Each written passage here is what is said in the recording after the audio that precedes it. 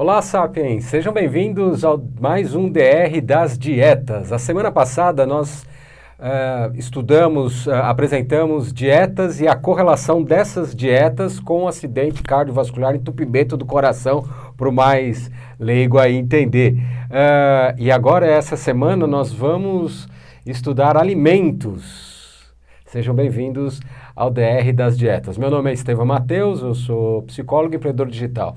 E eu sou Ana Maria, médica com especializações em nutrologia e revisões sistemáticas e meta-análises.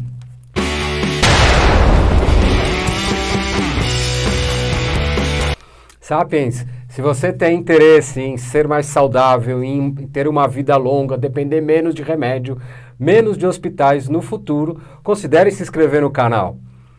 Lembrando que a gente não está aqui para dizer o que você tem que comer ou deixar de comer. Você é da espécie Sapiens justamente para procurar sabedoria e o conhecimento. Então a gente vai te dar as informações e você vai adaptar aí o seu estilo de vida, seus objetivos, você vai ter a liberdade de tomar suas decisões alimentares.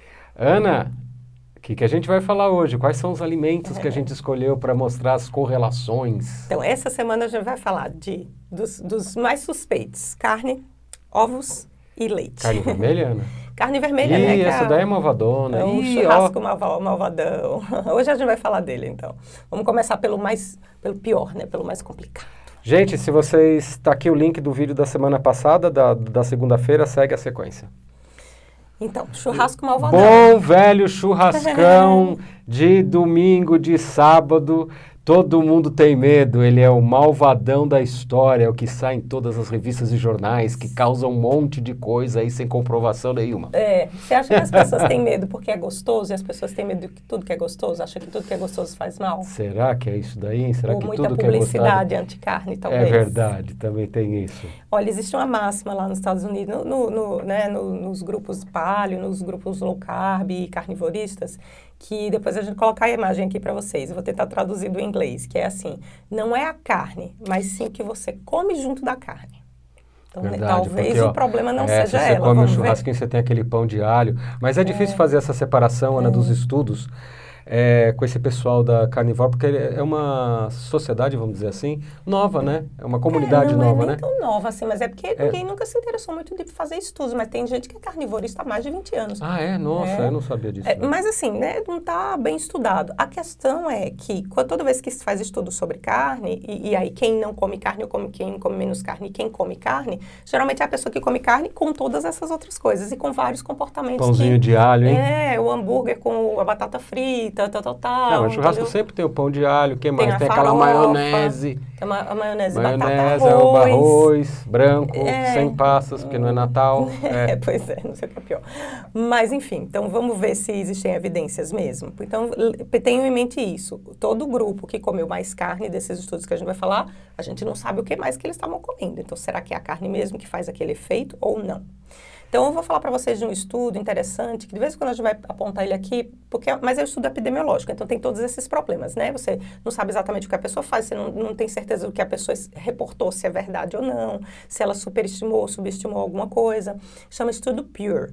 O PURE é PURE mesmo, que é uma sigla, que é uma pesquisa uma pesquisa prospectiva urbana e rural epidemiológica. Ou seja, eles acompanham várias populações no mundo inteiro. Isso é multinacional, assim, é muito legal, porque tem várias culturas diferentes e vários lugares do mundo. Eles separam depois, né, por encame do país, se é mais rico, se é mais desenvolvimento, aquelas coisas.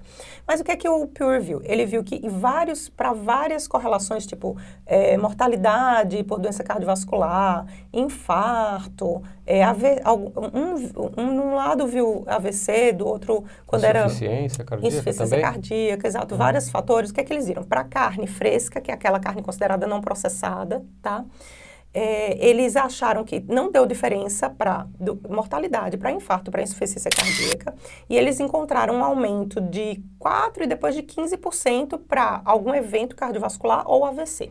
Lembrando que esses números, gente, eles são muito baixos, tá? São Você que está baixos, acompanhando o canal, você sabe que começa a fazer mal depois de 3 vezes. 3 vezes. E 3 vezes representa quantos por cento? Lembra que 3 vezes é 200% a mais. 200%. Quando ela está falando Você assim, fala assim, 14, 15, 15%. é quanto? Um piquititico, né? Dependendo da frequência da doença, Quase nem aumenta nulo, né? muito. Quando você vê na realidade, é que doença cardiovascular é uma doença mais frequente. Não, eu só citei isso porque as pessoas podem entender Podem quando se fala 30, assustar, 40 e achar pouco. que, Não, mas não oh, é meu Deus, 3 vezes que começa a fazer mal. Porque 3 vezes que você começa a se preocupar se aquela associação é verdadeira.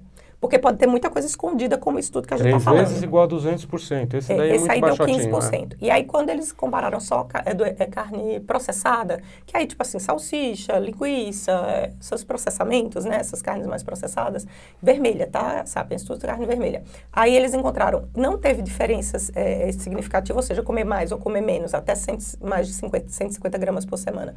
Para mortalidade, para infarto, para AVC, para insuficiência cardíaca, não deu diferença nenhuma. Ou seja, tanto faz comer carne processada ou não. Ok. Foi o que eles encontraram. Mas eles acharam para a doença cardiovascular no geral uma possibilidade de associação de 46%. Que número que é esse para o pessoal entender? 1,46 vezes. Ou seja, 46% a mais do que não ter diferença. Que é baixinho também. Que para você saber se é só a carne mesmo ou não é tudo isso que está junto da carne, teria que ser, tipo, mais do que 200%. Mais do que 3 vezes a chance de você ter essa associação. Então, vamos investigar melhor essa associação a fundo. A gente viu as meta-análises. Sabe, eu fico repetindo isso, não é porque eu estou querendo explicar, é porque eu mesmo tenho diferença de é entender. interessante. Que na hora que eu vejo os dados aqui na nossa tabela, eu fico, mas deu 40%. Isso aqui faz mal. Não é, Estevão, isso é baixo. Não sabe então, é depois de 200%. 200% é que você vai dizer, puxa, essa associação, ela tem impacto, vamos investigar melhor ela, né? Então, as meta-análises, o que é que elas encontraram? Teve 3 meta-análises grandes, teve 2 meta-análises grandes e 2 avaliações de um grupo especial que eu vou falar para vocês. E essas meta-análises, o que é que elas encontraram? Eles viram que tanto a carne, mas mais a carne processada, tá? Mas a carne vermelha simples também, poderia ter esses aumentozinhos, assim, 17% e tal, e acharam que carne processada para a doença coronária poderia aumentar até 42%, tá? Lembrando que esse 42% é pouco para você ter certeza que não tem outras coisas envolvidas. E aí tem um grupo muito legal, que a gente já falou dele nos dos primeiros vídeos nossos, são os vídeos mais longos, Sapiens, mas vale a pena assistir. Vamos por aqui, que era o grupo NutriRex, que eram recomendações nutricionais. Esse grupo existe ainda. E eles usam um instrumento que eu adoro, maravilhoso, que aprendi na época da minha pós-graduação de revisões sistemáticas, que se chama ferramenta GRADE, que é uma ferramenta de avaliação. Porque não é todo estudo que só porque está publicado, você confia e aquilo ali é a verdade imensa. Não, às vezes o estudo é mal feito, às vezes as meta-análises juntam vários estudos meia boca, assim, e aí sai um resultado que não dá para confiar. Então, eles usam esse instrumento justamente para saber, será que vale a pena reduzir? No caso, eles viram, será que vale a pena reduzir a carne em 3 porções por semana só e ver se faz diferença ou não, melhora o risco, né, cardiovascular? O que é que eles encontraram? Para AVC, para infarto, para doença cardiovascular, a carne não processada, eles não viram nada. Viram para a doença cardiovascular uma redução de mortalidade de 14%. E na carne processada, eles viram uma redução também de mortalidade de 10%. Então, assim, isso são reduções pequenas. Por quê? Porque para você ter uma redução boa, você tem que se aproximar de 50% de redução. Para você dizer assim, olha, o seu risco caiu pela metade. Aí você dizer 10% de redução, será que não é porque quando a pessoa reduziu a carne, ela também começou a fazer atividade física? Ou parou de comer o pãozinho de o pão alho. que comia junto com a carne, exatamente. Então você ainda não tem certeza que é a carne. E aí o que é que eles fizeram com todas essas revisões? Eles chegaram a seguir essas pessoas por mais de 8 anos, comparando quem comia muita carne ou pouca carne. Fizeram uma outra avaliação, não houve diferença nenhuma na mortalidade geral das pessoas, na mortalidade por doença cardiovascular e nem na mortalidade por AVC. Então, acompanhando essas pessoas por 8 anos. O que é que eles viram no final das contas todas? Eles viram que mesmo esses resultados que deram significativos, eles não são confiáveis, porque os estudos eram muito diferentes entre si, as populações muito diferentes, as quantidades de comidas muito diferentes. Então, assim, a recomendação deles, do NutriRex, que é recomendações nutricionais, por essas evidências que existem hoje, não vale a pena você mudar o seu consumo de carne com medo de doença cardiovascular. Essa que é a evidência no final. Por quê? Porque os fatores de associação não são altos o suficientes para você não conseguir descartar que outras coisas estejam influenciando, vindo junto com a carne, né? Rapidinho, só para lembrar, essas relações de números que ela está dando são bem pequenininhos, acima de 200%, só que você começa a se preocupar. Vamos colocar o cardzinho aqui do Bradford Hill, que é o estatístico que estabeleceu a importância dessas correlações, né? E só para finalizar, que as pessoas ficam com medo, mas e o colesterol? Mas então vai aumentar o colesterol, mas pode não estar mostrando doença nem morte agora, mas está aumentando o colesterol.